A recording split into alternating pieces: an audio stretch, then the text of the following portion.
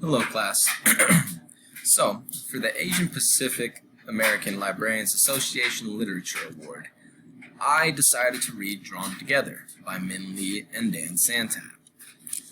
Initially, I had chosen this book due to its alluring nature with its artistic style, this almost fantasy nature from the young child, and the seemingly Asian-influenced style from the grandpa.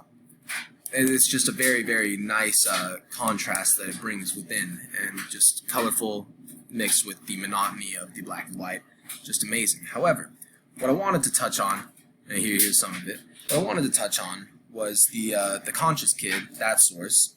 Quote, out of all the racial groups, APIs, Asian Pacific Islanders, slash between there, receive the least attention in school curriculum and textbooks. So, it is important to get out quality texts such as this to the younger generation in order to get them better acquainted with cultures that they may not interact with nearly as much.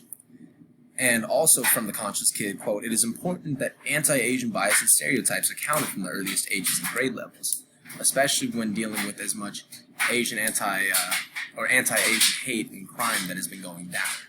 So this is very, very relevant and pertinent within the real and modern world.